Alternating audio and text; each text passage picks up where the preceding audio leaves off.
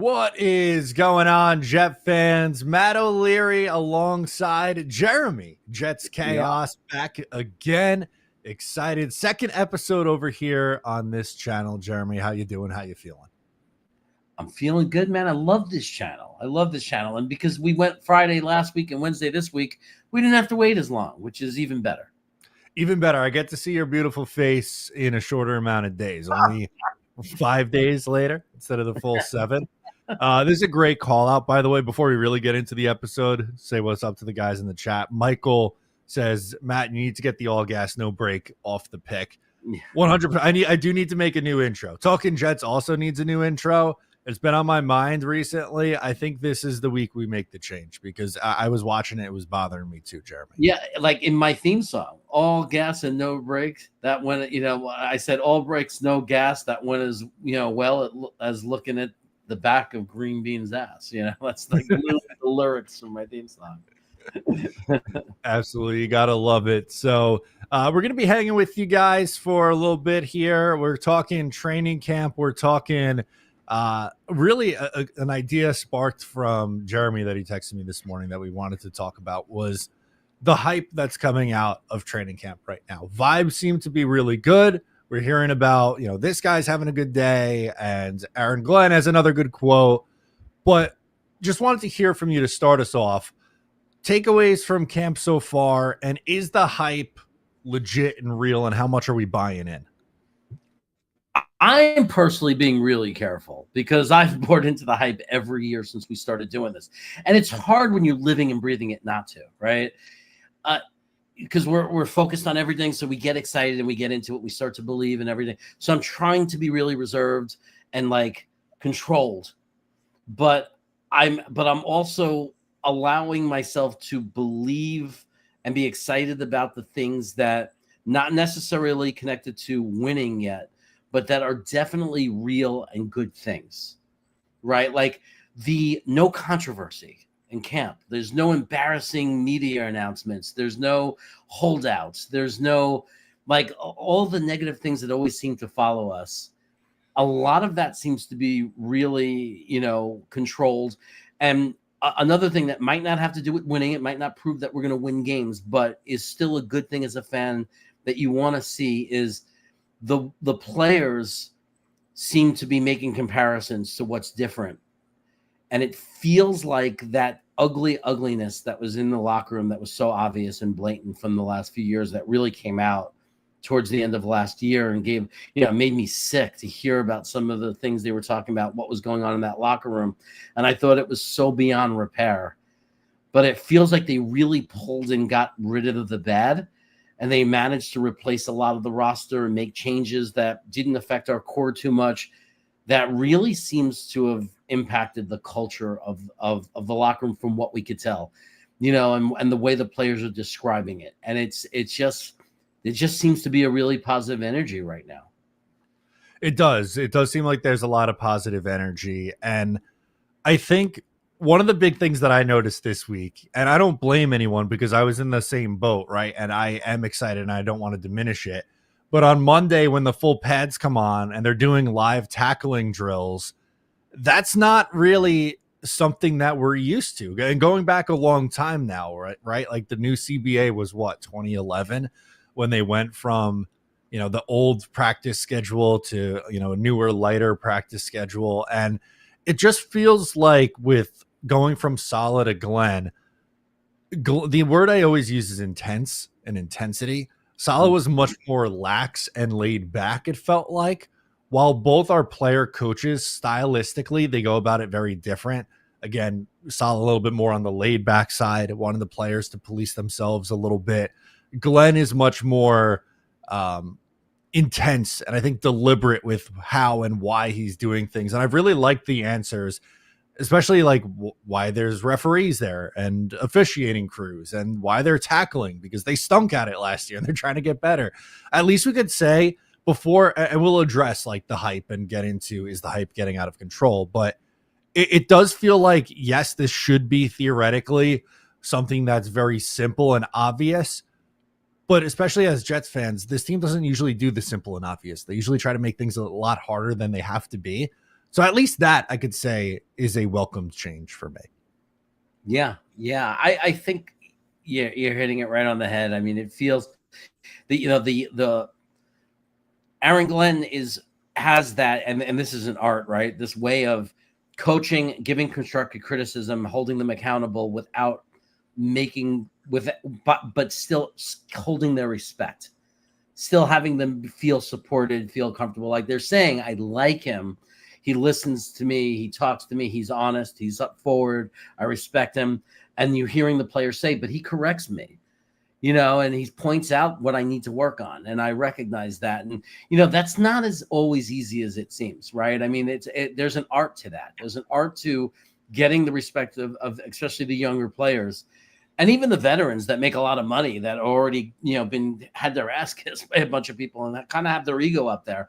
But to be able to have a coach that, I respect the coach, but it's not because the coach is sitting there, coming up to me and going sauce, and I'll admit, I thought that was cool. But one thing I didn't realize is that was all he was doing. Like, like he was like, just kind of just only being positive, in that way and being like a fan almost. Whereas Aaron Glenn will come over and just be like, okay, Sauce, here's the things you do really well. Here's the things we need to work on. And then probably ask him about his family and, talk about Detroit and you're from there and I coach there and have that relationship, but also the focus of, I'm going to push you to be better. If I see a mistake, I'm not going to just sit there in awe of you of the things you do well, but we're going to, we're chasing perfection. We're chasing growth at all times. And, that feels different. It feels like we have a coach that's going to do that now. I thought Garrett had a great quote this week, which kind of speaks to that, right? Like we've heard about, how deliberate and like what they're trying to work on and holding guys accountable. But it was cool. He was talking about when Glenn visited him in Texas, and I think he was saying they were in Austin. And Glenn said to him, I think the last time I was here, I had a pick six. And like Garrett was kind of chuckling to himself. And he was like, yeah, like this is a guy who played in the league and was a damn good, player in the league. Like what he says kind of, at least to me, I think holds value, especially for the defensive guys. I know Garrett's obviously an offensive player, but he had to buy into what Glenn and this new regime was selling to extend here. But specifically on the defensive side of the ball, how do you not love if your head coach was, a former Pro Bowl level player and a really damn good one not that long ago, 20 years ago? Yeah. Yeah. I mean, like it's always a huge advantage if you've done it, and there's two ways of that, whether you've done it as a player or as a coach already. Like a guy like Belichick who, got really proven. So he had that respect because, there are certain coaches, Peyton, in Denver, in the league that have that respect because they've won, and they maybe have to go around building that a different way. But, Aaron Glenn has the advantage of, I not only did it, but I did it at the Pro Bowl level, and I was a great player and it was here. It was in New York. So there's nothing you could say, oh, well, it was different and you did it here or there. No, he did it in New York. He did it, we don't have that many great years in our history, right? Like there's a lot, right? There's a lot of bad. And he was here for some of the good. And he was part of it, of some of the good of what we're trying to get back to. Yeah, I think that he really, and you could see when what Garrett said, that works. That resonates with the players, that he knows what it's like to be in our shoes. Now, I did want to pull up. Hamsicle has a comment here saying, too much hope going on, too much. We must stop this before it gets out of control.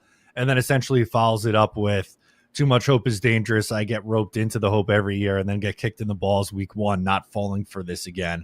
So how do we as fans, my question to you is how as fans do we avoid getting over our skis, and what, I guess, are realistic thoughts or expectations for this team, even with all the positivity coming out right now? I think it's going with exactly what Aaron Glenn says and what he's saying in the press conferences. He's like, when they ask him, in Detroit, you only won 3 games the first year you were there. How did you stay focused? What did you do? And it's like, set the expectations to what is controllable, right? Like, what can we look at for real in year one? And that's growth. Set the expectations to see improvement. I think the number one thing we needed to see above all else was that locker room needed to be repaired, right? They were in great turmoil. And that's the first thing to look for, is that maintains, that it doesn't fall apart. because that expectation is a realistic and a reasonable one, right? That, that's within the control of the team and as fans that we need to see to lead to winning eventually. But if our expectation is we're going to win 10 games and I'm going to, and I'm pumped up and we're going to win 10 games, anything less than that is not good enough. You're setting yourself up for failure because we have to, this is going to be new systems and we have to see how the team gels and, you got to give them a minute to put it all together. And I think we should, there are things we can be excited about. Like I'm excited about Will McDonald. It's a hot take of mine that he might get 15 sacks, a hot take. But what does that mean? That means I'm saying it's a hot take, not an expectation. I'm not sitting there and saying he's going to get 15 sacks and then be brokenhearted when he does it. I'm saying is my hot take is I'm really pumped about this guy, McDonald. I really think there's this chance he could do something very special.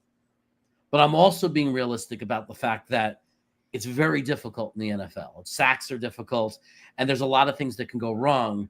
So I'm not making an expectation. My expectation is that he'll get better and play well. My excitement and my hot take, that's a separate thing, is that he could do something really special. Yeah, I think that's a good way to put it, right? Like you have to differentiate between what your take is measured, right? And then you could have an optimistic view and say, oh, if things like essentially kind of what he just did, if things break right, I think he could be a 15 sack guy. But if he goes out and has 12 sacks this year, it's an improvement off of what last year was. But I don't anticipate you going, oh, that was underwhelming. He didn't hit my benchmark of 15 because that was, again, more on your optimistic view.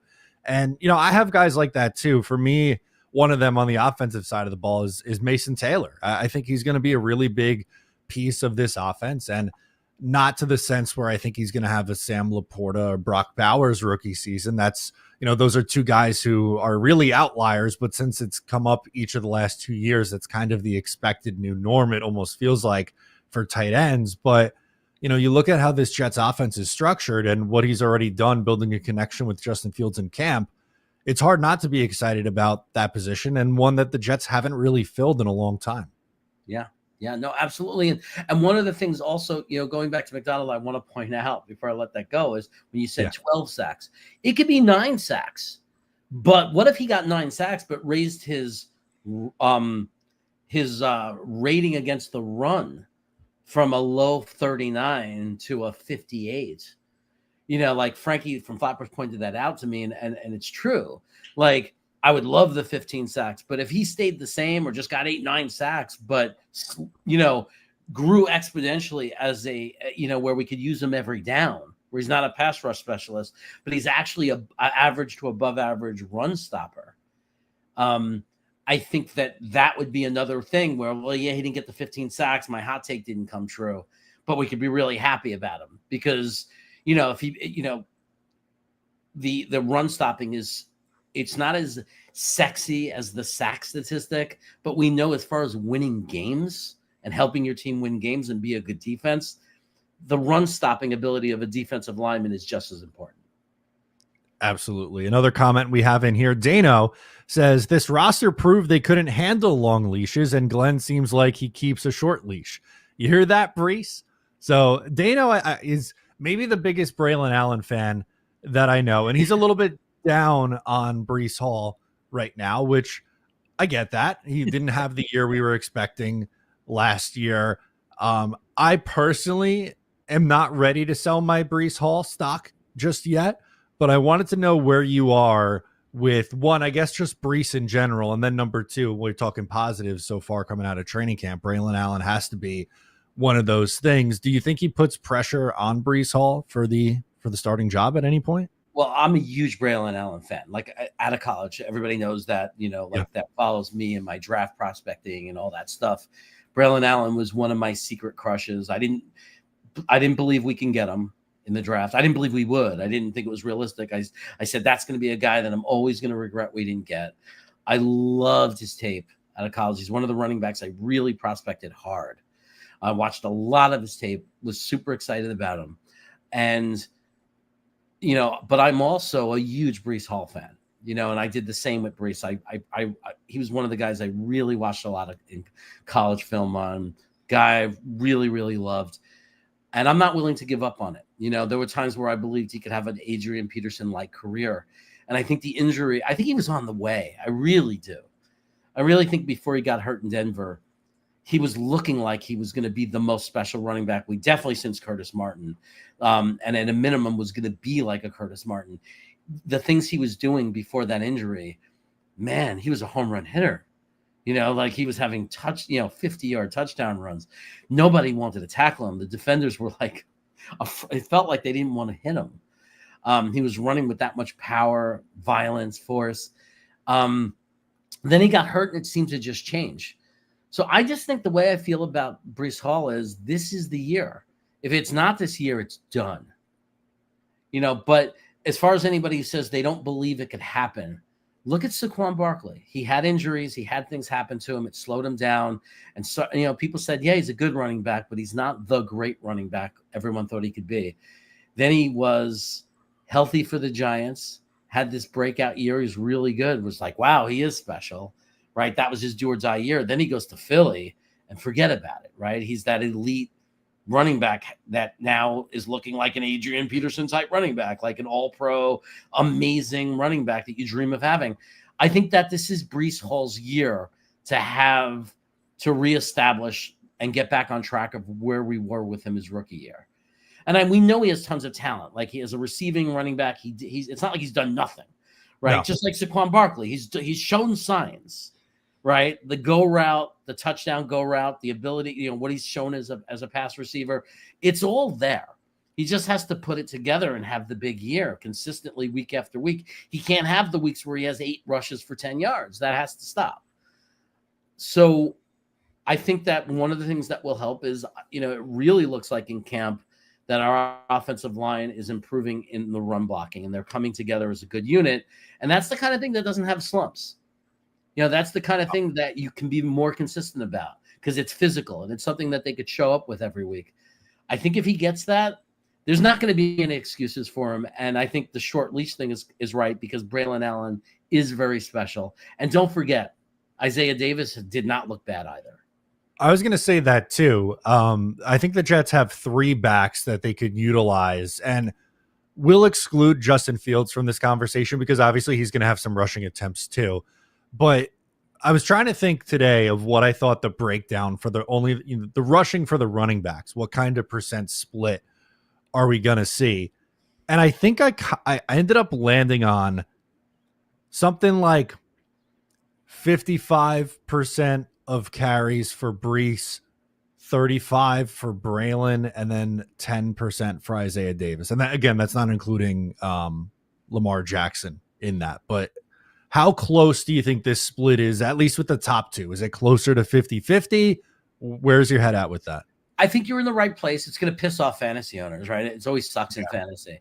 And it sucks for the person who likes the sexy numbers. There are people who really are into numbers, right? So if that makes Breece get, 11, and he hasn't broken 1,000, so this would still be a great thing. But let's say Breece gets 1,150, 1,200 rushing yards, right?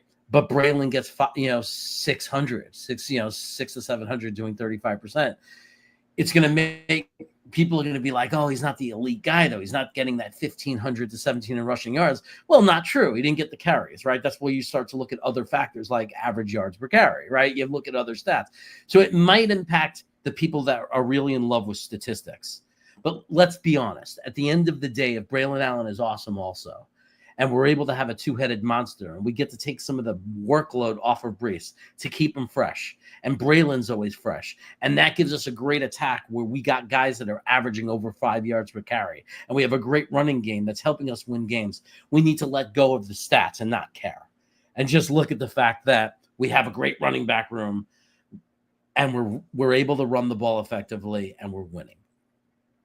Yeah, to me, it's really all about if they're winning or not, right? Like whatever they need to do to get their best offense going, I think is fine. And even if it's maybe those numbers are closer and it's not Breece 55, but it's like 50, 35, 15, but Breece has more receiving yards, right? And it could also be dependent on, like, he had, 876 yards on 209 carries.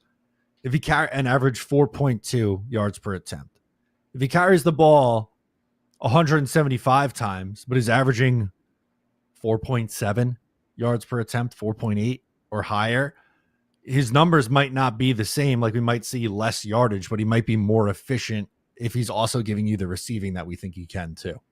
Yeah, well, absolutely. I don't care how it is. If the numbers are in the receiving yards, Chrome makes a great point, by the way, with that last chat, that last statement, because that's something I've said during the games when I'm reacting.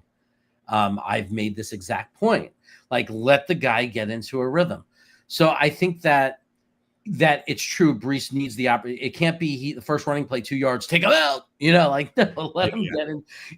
There is a truth to it. And any athlete, right? The adrenaline gets to it. Sometimes you need to play and get hit and feel the pain, and the adrenaline kicks in, that right? And the endorphins kick in, and then suddenly you get into this groove and you get really good.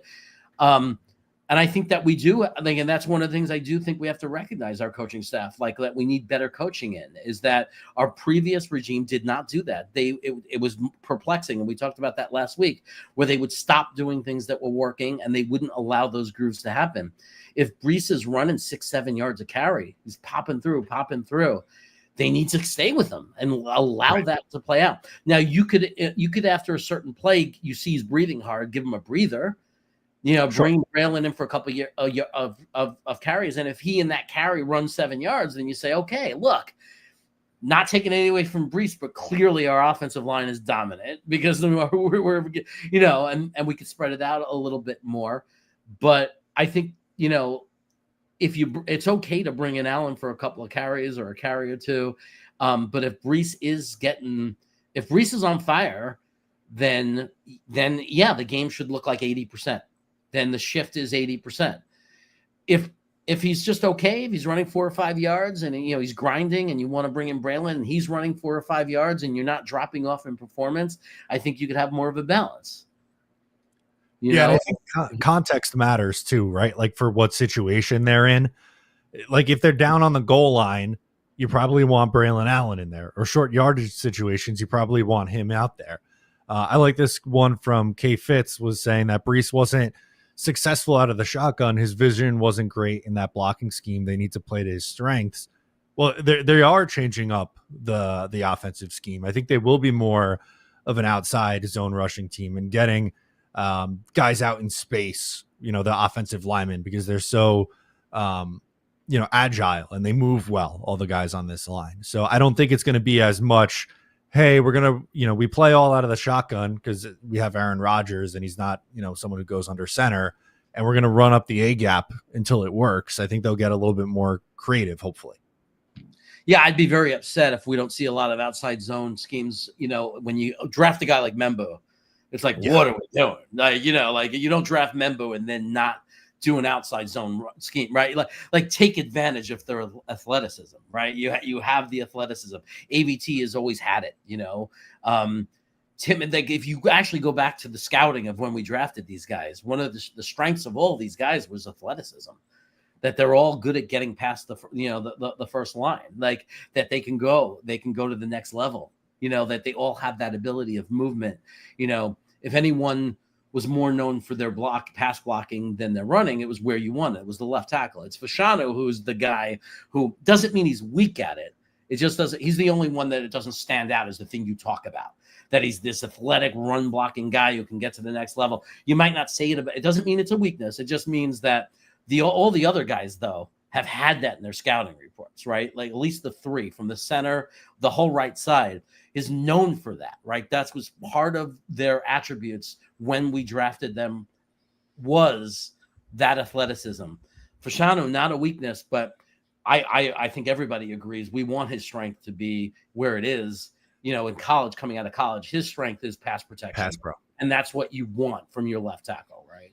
100%. You'd rather, if you're going to have one guy on your line who skews more pass protection than run blocking, the obvious answer is you put him on the quarterback's blind side at left tackle. Yeah. So I think we're both totally good with that. And also, too, by the way, I did think that Olu was better in the run scheme than I thought he would be as a rookie. It was shocking.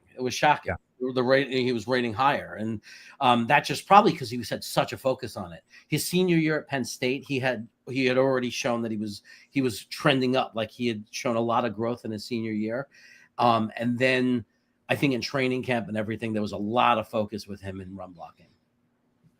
I wanted to go back to a previous chat that Dano asked to change gears a little bit, because we got into it on Talking Jets last night. It was just me and Green Bean.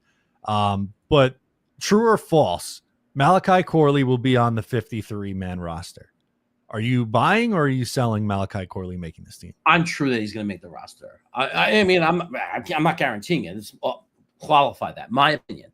My opinion is that Corley is going to get, even though he's not their guy, even though they didn't draft him, that doesn't mean you want to throw away assets just because it's not your guy.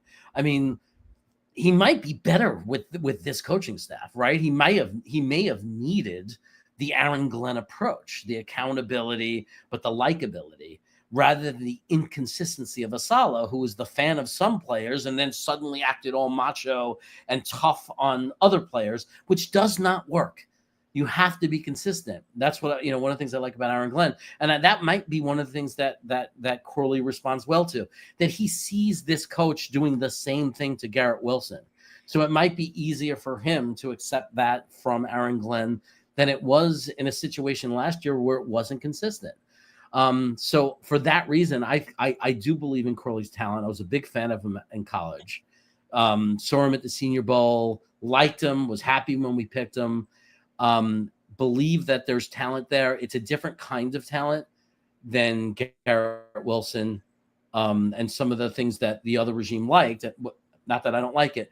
The other offense was built around precision and route running and being very precise. I don't know this system, if it's easier, harder, but Corley, when we drafted him, they should have known, because everybody that scouted this guy knew he is not that type of receiver. Precision wasn't his thing. His thing is physicality. He can run him out of the backfield, gadget plays. When he gets the ball, short passes, he's dangerous with the football, right? He's the yak king. That was his strength. It was never about precision. And all of us that know Dom C, that listened to his scouting reports, knew and were prepared, because Dom C said it over and over again. This guy needs to develop as a route runner. That's where his weakness is. But anyway, I think that they'll see that. They'll be patient with him. From what I hear, he is working hard. There has been comments that he's working hard. I expect him to be given at least one more year. I really want Malachi Corley to make this team, just because I absolutely hate the idea of lighting another mid-round pick at wide receiver on fire. Like Denzel Mims, unfortunately, didn't work out as a second rounder. Elijah Moore, Arian Smith, not Arian Smith. Oh my God, what was his name? The Chad Hansen draft, the third round wide receiver. I can't think of it off the top of my head. In the 2018 draft, wide receiver. Someone will say it in the chat. Oh my God! Okay. Someone said, Chrome said Devin Smith. That's another one. That's who I wasn't even thinking of him. Then we had a second rounder that it didn't work out. Not Elijah Moore, but about around that time frame in 2019, 18, like around that time, we had another second round wide receiver who never developed. Yeah, it's frustrating because you get those quite often with this team, just for whatever reason. And I really, really hate that. This is Stephen Hill. Yeah, that's the guy I was thinking of. Stephen Hill. Who the hell was that? Ardarius Stewart. I couldn't come up with Ardarius Stewart. That name.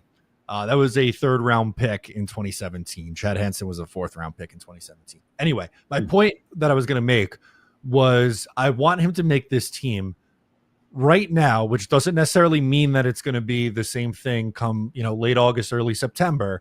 But right now, I think there's probably 5, maybe 6 wide receivers ahead of him, just based off of where the reps have been going in training camp, with Garrett Wilson, Josh Reynolds, Alan Lazard, Arian Smith, Xavier Gibson, and I'd say he's right there with Brandon Smith as that 6th or 7th guy in the pecking order. Again, that could change, and we haven't even got to preseason games yet. I just think he's going to have a strong preseason to make this team. So it's really up to him. I think that it's a positive that Corley's going to have to work his roster spot rather than know it's there, right? Like last year, they drafted me, they traded up, I got the roster spot. I think that it's going to make a big difference knowing that he's playing for a roster spot. I think all these guys, I think it always helps, their development when they're playing for a job, and I think that I don't think after I think Alan Lazard, because of his contract, probably feels pretty secure. Garrett Wilson, obviously, right? No, but I think all the others are playing for their spot.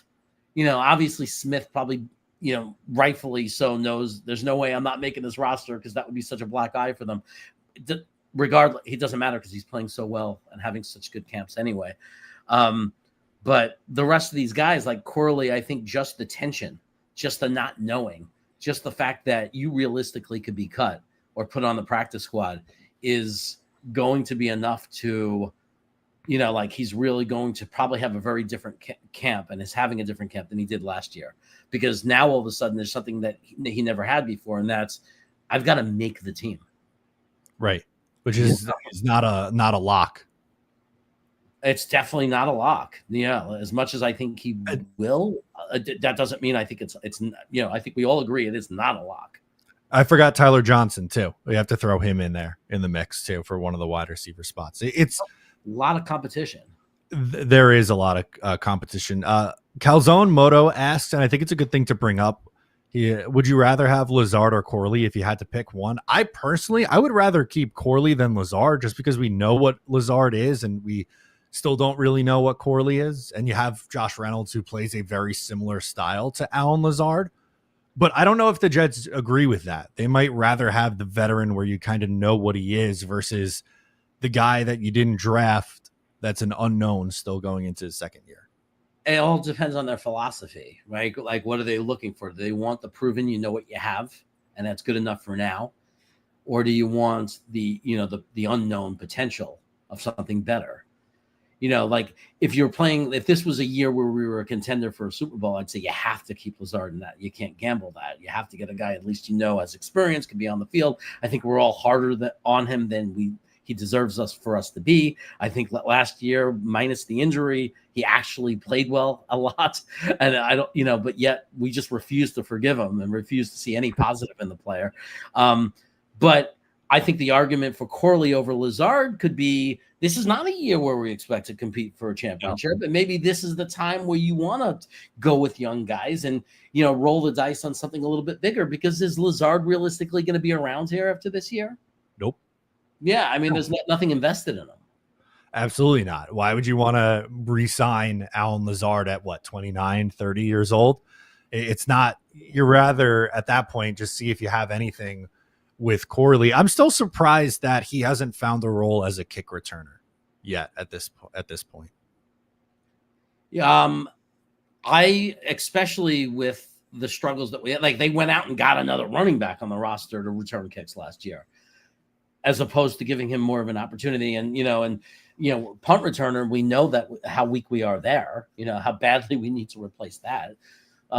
So there's been so many opportunities for him to find and add value, but the only one opportunity he hasn't had, or the one thing he hasn't had, is a different perspective, like a different coaching staff. And, he's only had the coaching staff that we know in a lot of ways failed, this team, so many players that we all thought regressed, that just shows that there's definitely, especially on the offensive side of the ball, there was so much regression from so many players that it's hard to trust any, it's hard to evaluate Corley because we can't trust that he really had a good coaching staff last year. No, I don't think that he did. Peter S. is hanging out with us. He says, I don't focus on individual numbers, just getting the greater majority to play to their potential with solid coaching should equal 7, 8, or maybe even 9 wins this year. Wouldn't that be something? What I wanted to take out of this comment here from our buddy Peter S. is how much of a difference is a good coaching staff going to make with this team versus what we saw a year ago?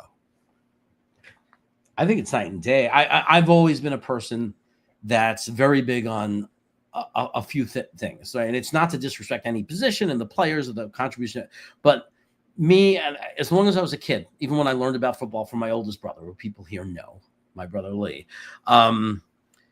he, one of the things we always talked about like as we got into football and recognized, especially being in New York and watching both the Giants and the Jets growing up, was that it's coaching and quarterback. Like we always lived on that philosophy. Yeah, defense is important, and that comes, but like a good coach takes care of that, right? He's going to make those things happen. But if you look at teams that win, championship teams, I mean, what's the formula? It's coach and quarterback. Like that's like, and I'm not talking about a one-off. You win the Super Bowl with a Doug Williams or a Trent Dilfer. I'm talking about when you look at the Dallas Cowboys in the 90s, when you look at the San Francisco 49ers in the 80s, when you look at the Pittsburgh Steelers over their great years, the earlier years, and then the later years when they, what are these teams, what are the organizations that consistently win and give yourself, and now Kansas City, what do these teams have? A great coach and a great quarterback. And they have sustained success. That's what it is. So it's just, I think it's everything. We don't know what Aaron Glenn is, but I mean, I think the two things we've been searching for as a fan base is, we didn't get to have Parcells long enough, right? And Rex Ryan, people love him. People say he wasn't the guy people say he was, but he never had the quarterback, right? So what is the dream? What have we been pursuing as Jet fans? There's two things that come to the top of my mind that we talk about more than anything else. And it's either we're talking about finding that coach, that great coach, or it's finding that quarterback. But those are the two things we've always needed, we've always wanted. Aaron Glenn is a question mark. We're going to find out. Did we finally find the coach? I think it's very unlikely it's Justin Fields, and that's not me being negative. It's me being realistic. Statistically, if you haven't established yourself in 4 years and shown that you're the guy, it's very rare that you turn out to be the guy. Do I have hope that he will be? Yes. But I'm not gonna sit there and think we've solved that problem yet. No, you got to see it, right? We got to actually see it in action. And the same goes for Aaron Glenn too. I really like Aaron Glenn, and I do think it is going to be a big upgrade and hopefully result in what Peter S is saying here in either 7, 8, 9 wins. That would be, in my opinion, a nice year one for a new regime and taking a step forward. But we don't know what he's going to be like in game. You can say all the right things during the week. You could have, the players buy in, but do you know when's the right time to call a timeout? Have you built a good enough staff around you? Are you aggressive? Are you a conservative coach? Like, those answers are still TBD, and I don't think we'll know until we're there in week 1. Yeah. I think that a lot of and all of it won't be answered week 1. There was something Saleh said that was true.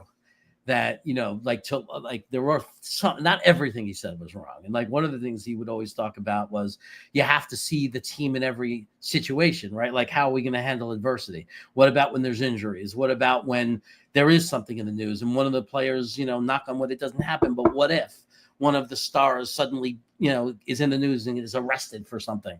Like, the response to that is also falls a lot on a coach about keeping the focus, and I love Aaron Glenn's attitude about, I'm not saying the other coaches haven't had it, and I'm not saying it makes him different, but I love that. I love hearing when a coach quickly dismisses injury and just doesn't give themselves any leeway for that and says, it doesn't matter. My job is to have the next guy up. That's why we have 53 players. It's not if a player goes down, my job is, there's no, that's it. It's no, his expectation is the next guy's going to come in, and the team is still expected to play at a high level to execute and to win. Exactly. And it's going to really be on Glenn to prove that. Hennessy chimes in and says, I didn't think coaching at this level was a big deal until I started hearing all these guys speak on it. And I mean, we talked about his quotes. He's not the only one. Breece Hall said things. Elijah Vera Tucker's had quotes in the last couple weeks talking about how different things are, and they're, talking about being held accountable and intensity and work ethic and, stuff like that. I do think it speaks volumes, but yes, coaching does really matter at this level. I get that these guys are professional, but, we've seen worse teams on paper than what the Jets had last year win more games, and coaching's a big reason for it. No, I mean, just look at Pittsburgh. I mean,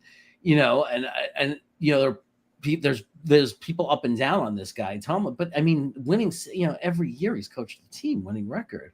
Lost the franchise quarterback, right? Retired. Ben's gone. Had terrible quarterback, a quarterback who's bouncing around now and he's in Cleveland, but he still manages to find a way to win games. Can you imagine the solid coaching staff? What if they would have had Pittsburgh's roster those last 3 years with no quarterback? And we kind of saw what it looked like with Zach Wilson, but would it have been any better?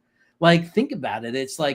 It's just, if you need proof that coaching matters at a level, is just look at the great coaches of the NFL and look at great teams and look who their coach was. Andy Reid is so good because he's been in different cities. So you could see that he brings the winning with him, right? Wherever the guy goes and he's coached, look at the difference that he's made. Look at what happened when Kotite left and Parcells took over. Look at what happened to the New York Jets in the 90s. When you had a terrible coach, a coach that sucked in Philadelphia, for some reason we took him.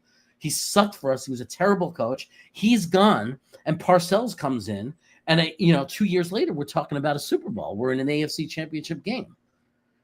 So yes, of course, coaching matters. We see evidence of that all the time. Now, there are some teams that are good enough that could win without a good coach, right? Like the Dallas Cowboys, when Jimmy Johnson left, for 1 year, this guy Barry Switzer, right, as a college coach, was able to come in and win a Super Bowl. But he didn't change anything. He had the same coordinators, same exact strategy, same game plan, same players, same schemes, same coordinators, everything. All he did, the thing that Barry Switzer did right with the Dallas Cowboys is he didn't do anything. He didn't change anything. He didn't touch it. But as soon as players started to leave and now he had a coach, Dallas went like this. They went right downhill. And they haven't won since. Why?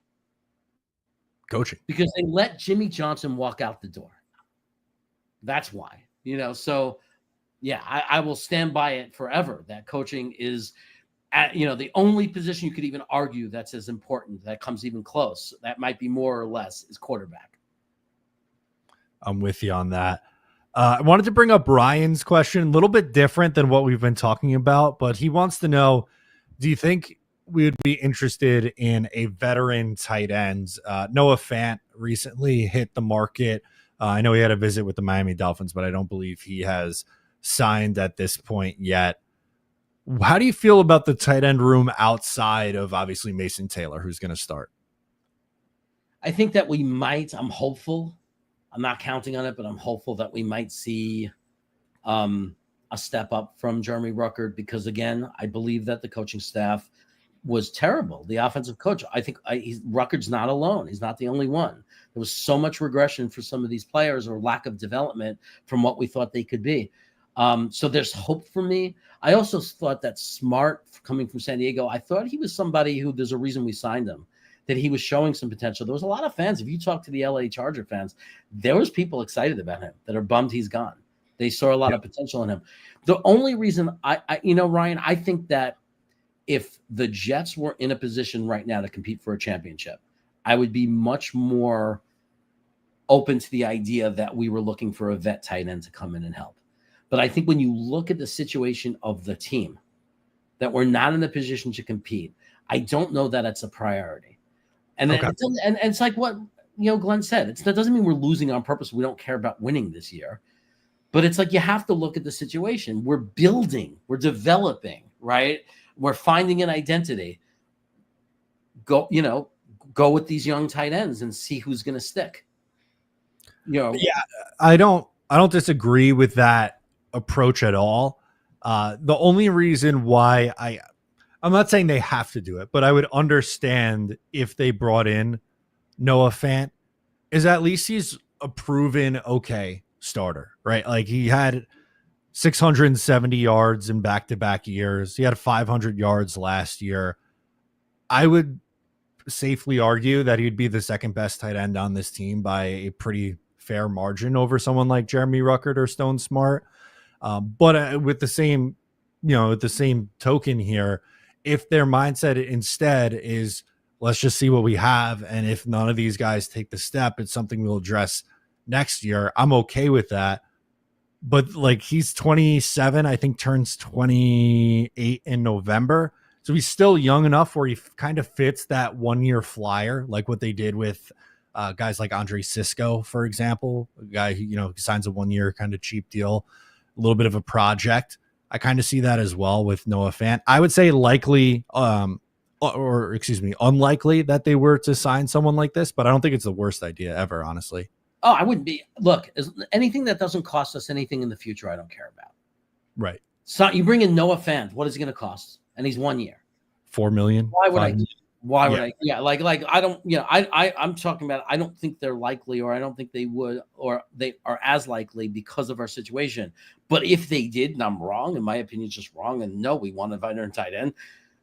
I don't think anybody should be upset about it. Like, because we're talking about, we have the money right now, we have cap space anyway, and is, to me, the most important thing you have to protect is like, as far as adding on a player, is we should not be compromising the future for this season.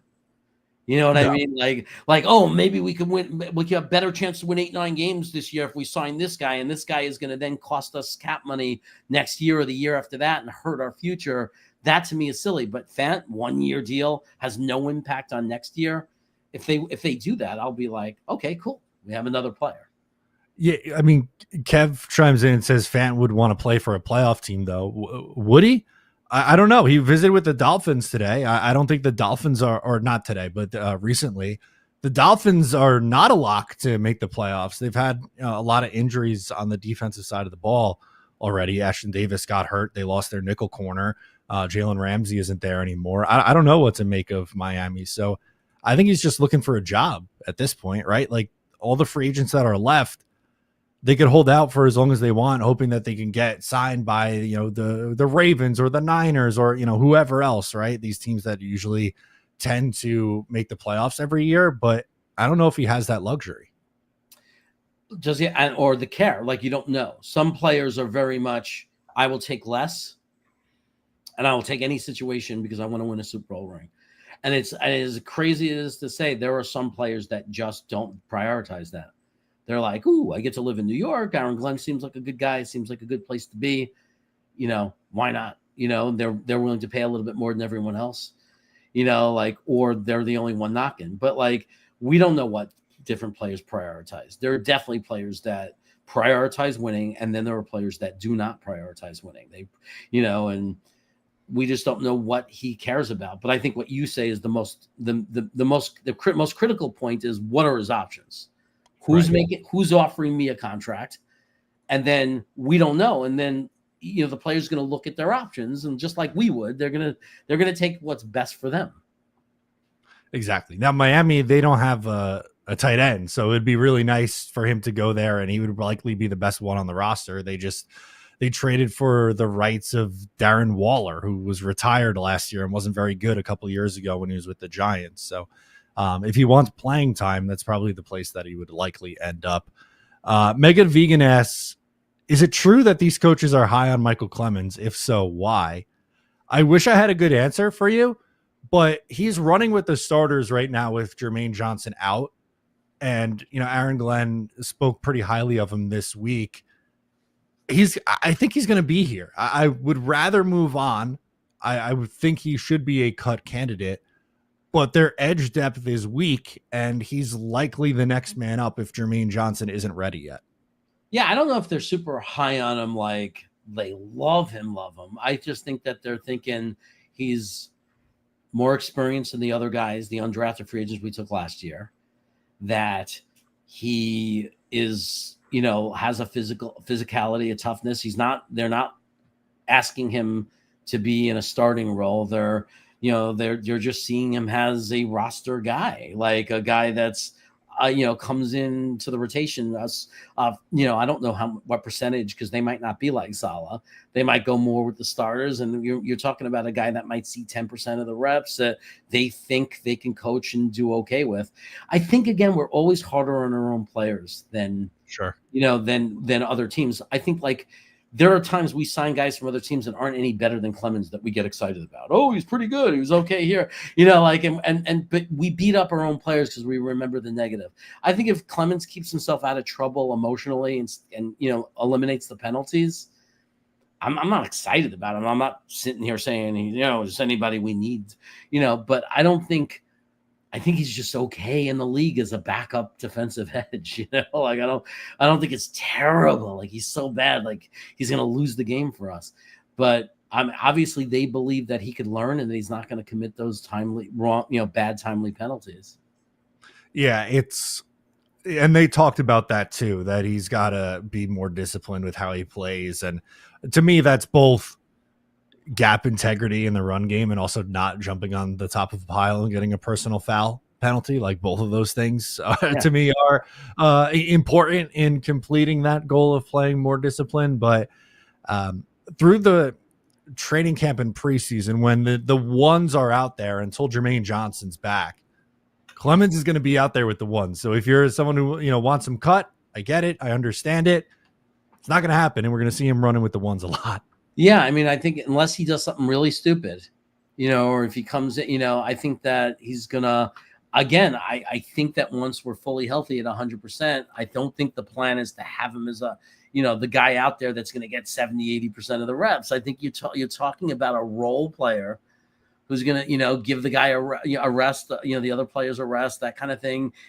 Come in and get some reps.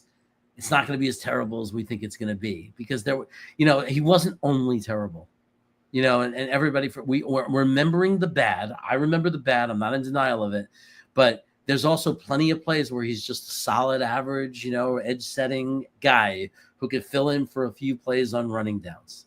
Like it's not as bad as I think that we kind of exaggerate, the badness of these players. Same thing with Alan Lazard. Like if you look at last year, he wasn't that bad. He wasn't great, but he wasn't this horrible, terrible player. We're just holding on to that PTSD from his year before that when Rodgers was hurt and he was dropping everything in sight. Yeah, that's going to stick with you. And you're right. Like I think the fan base and most fans do this. They very rarely properly rate their players. It's either very overrated or very underrated skewed, that they Right. hate them, they're the worst player ever, or they're the best, they're going to the Hall of Fame, and there's no really middle ground. We do it all the time. We do it with every player. And I'm victim of it too. I'm not, I'm not saying that I don't fall victim to that. I do. I mean, look at that. There was like, last year, there are people out there, there's people listening to me right now that think that Sauce Gardner is this terrible football player or he's not that good. And it's like, I understand he had his toughest year last year, but he was still, and this is from players and coaches in the league, he's still considered, even last year in his off year, a top 3 coverage corner. Like for coverage, so even in his off year, I don't know anybody like respectable that doesn't say his worst year, still top 10, still a top 10 CV1 in the league in his worst year, but we tend to take, such a negative approach. Like all of a sudden Sauce Gardner is what he was last year. Well, there was 2 years before that. We have a 3-year sample of him as a player. Can we merge the 3 years and look at him, not only in the lens of what he did last year when everything was falling apart for our team, and look at the player he was for the 3 years, and that's still getting better. That's still going into his prime years. So, but again, but that's what we do. We're like, and then you have fans on the other side saying he's a Hall of Fame cornerback. What are you talking about? It's the best. As we're coming to the close on this show, Jeremy, wanted to see if there's anything that you are looking for in particular before we talk again next week that you'd like to see from Jets training camp. Man, I really, one of the things, obviously health is the first thing. I'm looking for people to stay healthy, but there are guys, the Smith, what we talk about wide receiver, and you talk about this rookie we drafted in the 4th round. And I admit, like when we first drafted him, I was pissed. But then, paying attention to OTAs and rookie camp and everything like that, and everything I've heard, I'm curious about this kid. Sure. Because he's, everything I'm hearing is he's creating tons of space, that he's a great worker. His head's in the game. He's learning the offense really well. Suddenly there's hope that we might actually get some production out of this kid. Obviously Mason Taylor, looking for him to continue to do what he's doing because he's going to be an important piece. And then I think just looking at these young players, Membo, You know, we don't want to hear that. You know, we don't want to hear that Fasciano is getting run over too much by McDonald. We want McDonald to keep doing well, but we don't want to hear that he's just running over Fasciano. You know, like it's kind of hard because sometimes what's good for one player, you get excited because something good happened for one player, also means something happened bad for one of your other players. So for McDonald to get a sack means that one of the young tackles probably lost that rep, and we have to, you have to balance it.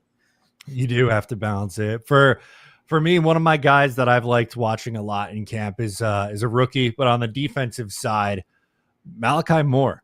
I think when the pads come on, he's looked really good this week, and he's fighting for a starting job, right? Like we know Andre Cisco is going to be one of the starting safeties, but that other position's up for grabs, and you got him and Tony Adams and Isaiah Oliver kind of fighting it out. And I'm going to keep a close eye on that competition. And, I've really liked what I've seen so far from Malachi Moore.